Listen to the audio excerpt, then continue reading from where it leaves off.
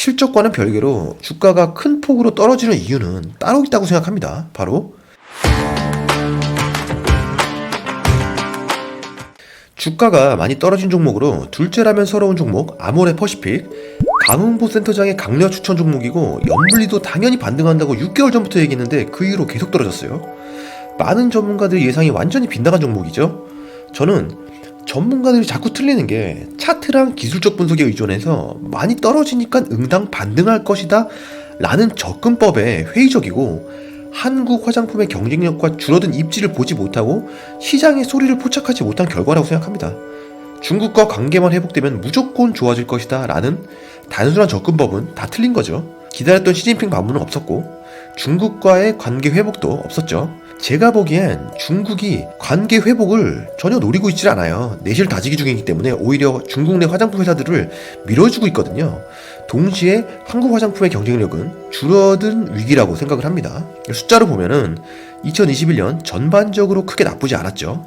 영업이익이나 매출액이 코로나 쇼크에서 돌아오는 그림이었고, 전체 영업이익이 전년 대비 YOY 플러스 140, 해외 영업이익이 플러스 190, 시장의 방향은 뚜렷하죠.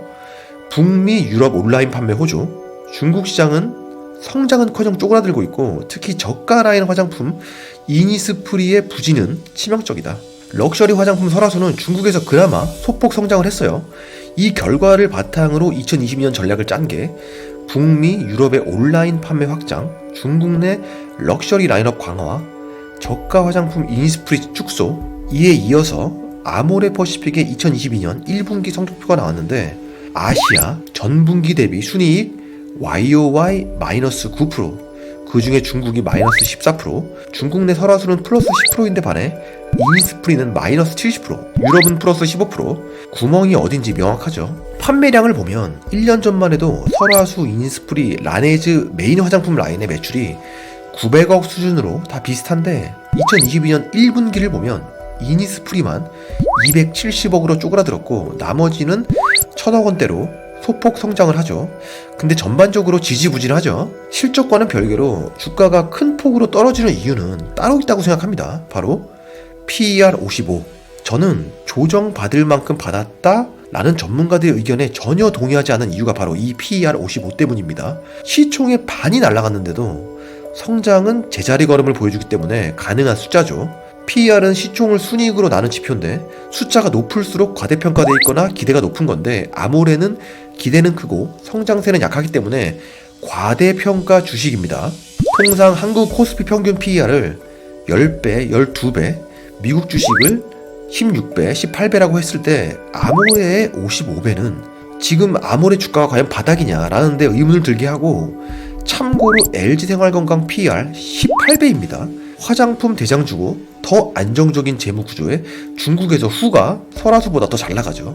주식의 거품이 언제까지 빠질 것이냐가 진짜 질문인 거죠. 관전 포인트는 리오프닝이 되었을 때, 즉 코로나가 종식되고 중국의 셧다운이 끝나면 설화수가 과연 폭발적으로 성장할 것인가, 즉 전문가들이 외치는 리오프닝 수혜를 받을 것인가. 중국을 하는 이유는 지난 1년 분기 평균 매출을 보면 중국이 3천억 원 어라운드, 유럽이 60억 어라운드, 북미가 25억 어라운드인데 결국 답은 중국에 있기 때문이에요. 그러나 중국 시장 내에서 경쟁은 이제 쉽지가 않다. 중국 내에서 해외 경쟁 럭셔리 화장품들이 자리를 잡아버렸어요. 로레알, 랑콤, 에스티 로더의 입지를 완전히 뺏겨버렸고, 설상가상으로 일본 엔화 가치가 떨어지면서 일본 럭셔리 화장품도 가격 경쟁력을 갖춰버렸어요. 현재 한국 화장품이 유리한 포인트가 별로 없어요. 여행이 재개가 되면 면세점 매출이 도움을 줄 것 같긴 한데 주가를 높이는데 과연 큰 힘을 쓸 수 있을 것인가, 저는 회의적이고요. 그래서 근본적인 변화가 필요하다. 제가 판단하기로는 근본적인 문제는 중국 내 한류 문화의 부진이죠. 한류라고 하면 K-드라마를 말하는 거죠.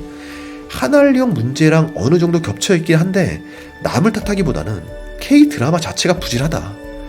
유럽과 북미에서 한국 화장품이 갑자기 뜬 이유가 저는 K-콘텐츠 때문인 것 같거든요. 넷플릭스나 K-팝 등 여러 콘텐츠를 통해서 한국 연예인들이 노출이 되고, 이 연예인들이 다 화장품 모델이기도 하거든요. 결국 가장 큰 광고 효과는 문화인 거죠. 한국 화장품이 중국에서 뜬 이유도 애초에 K-드라마 덕분이었죠. 뭐 대장금, 별그대, 태양의 후예가 연달아 터지면서 화장품이 반사 이익을 본 건데, 문제는 아직도 대장금 이영애가 후예 메인 모델이고, 아직도 별그대 전지현이 헤라 메인 모델이고, 2016년에 태양의 후예 송혜교가 설화수 메인 모델이에요. 결국 2016년 이후로 중국에서 뜬 드라마가 없는 거죠. 뭐 그 이후에 미스터 선샤인, 스카이캐슬, 뭐 부부의 세계가 있는데 좀 약했다. 중국의 시계가 지금 대장금에 머물러 있는데, 다시 한번 K-드라마가 중국을 접수하는 것 외에 화장품이 떠오를 방법은 없다. 오징어 게임이든 지옥이 아무리 떠도 중국에서 넷플릭스가 막혀있어요. 중국에서 화장품이 살아남으려면 한알령 해제와 더불어 가장 중요한 포스트 이영의 송혜교가 필요하다. 그 외에 PER 55를 지켜낼 방법은 많지가 않다.